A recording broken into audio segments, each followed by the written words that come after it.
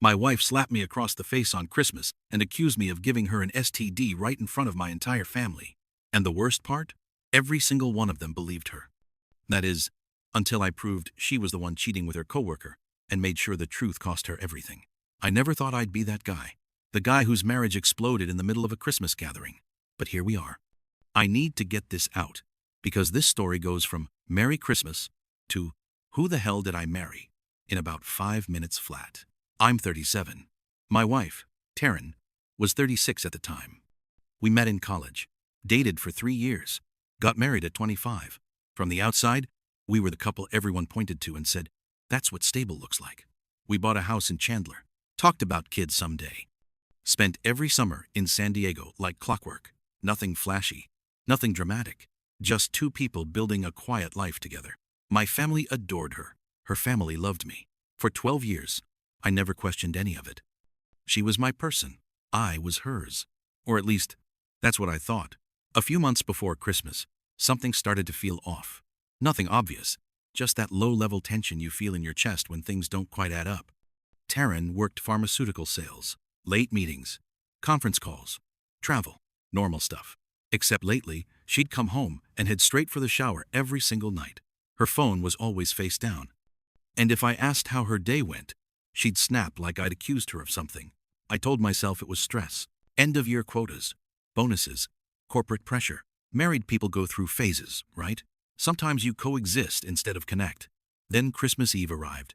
My parents hosted, like always, full Hallmark movie chaos. Decorations everywhere. Enough food to feed a small army. My brother Drew was there with his wife. My sister Tessa brought her 3 kids. Aunts, uncles, the whole circus. I was sipping a soda, avoiding my uncle's political rant, when I noticed Taryn sitting alone in the corner. On her phone. Again. She was texting non-stop, her body language getting tighter by the minute. Then suddenly, she put the phone down and just stared. Not crying yet. Just staring into nothing. Tessa noticed first. She always liked Taryn, honestly. Probably more than me. She sat beside her, wrapped an arm around her shoulders, and asked softly, "Hey, you okay?" Taryn shook her head. No words. Just tears. I was across the room talking to Drew when the energy shifted. People started paying attention. My mom walked over with that worried look she always gets, the one that makes my dad sigh, because she jumps straight to emotion before facts. Then Taryn looked up, straight at me, and something in her expression made my stomach drop. She stood slowly. Tessa stayed beside her, holding her arm. The room quieted. "I need to say something," Taryn said. Her voice was calm, too calm. She said she'd been trying to figure out how to bring this up for a week. Didn't want to ruin Christmas. Didn't want to do it in front of everyone. But she couldn't stay quiet anymore. I tried to stop her. "Taryn, maybe we should talk privately." "No." She cut me off. "I've tried that. For months." She talked about late nights, business trips where I came home smelling like perfume, how I showered the second I walked through the door. I stood there confused, trying to understand what reality she was describing. She said she thought she was paranoid, that she even went to the doctor because she thought she was the problem. My mom gasped. Tessa stared at me like she was seeing a stranger. Then Taryn pulled out her phone. Her hands were shaking so badly, she almost dropped it. "I have herpes," she said, loud enough for everyone to hear. Silence. She said she'd been with exactly one person in 15 years. Me. The room exploded. My mom stumbled backward. My dad stood up slowly, face unreadable. I tried to speak. She didn't let me. She accused me of cheating, of bringing home an STD, of humiliating her. She said she'd been faithful while I'd been doing God knows what with God knows who. I shouted that I never cheated.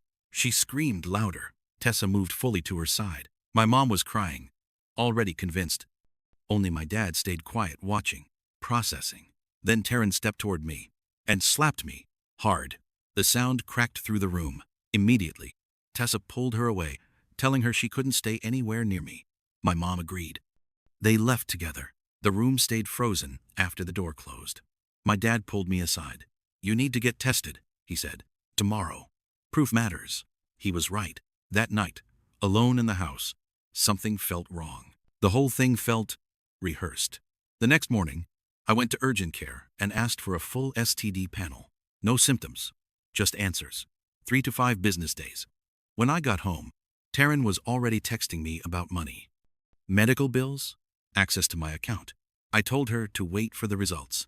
Then my phone rang from an unknown number. A woman introduced herself. Her name was Jennifer. Her husband worked with my wife. She had herpes too, and she had proof. Texts, hotel receipts, photos. A 6-month affair between her husband and my wife. Everything clicked. Christmas Eve wasn't a breakdown. It was a cover story. When Taryn showed up days later demanding money, I told her to sit down. Showed her the evidence. She broke. Real tears this time. I told her exactly how this was going to end. She didn't leave on her own. I packed her things into garbage bags and put them on the porch. That was the last time she lived in my house. The prenup saved me. The evidence buried her. I tested negative. The divorce was swift. She walked away with what she brought in, which was nothing. Her career collapsed. Her affair partner lost everything too. 2 years later, she showed up at my door thinner, broken, begging. I gave her 5 minutes. She asked for another chance, and I laughed. Because sometimes the universe doesn't just reveal the truth. It burns it into the ground so you can finally walk away clean.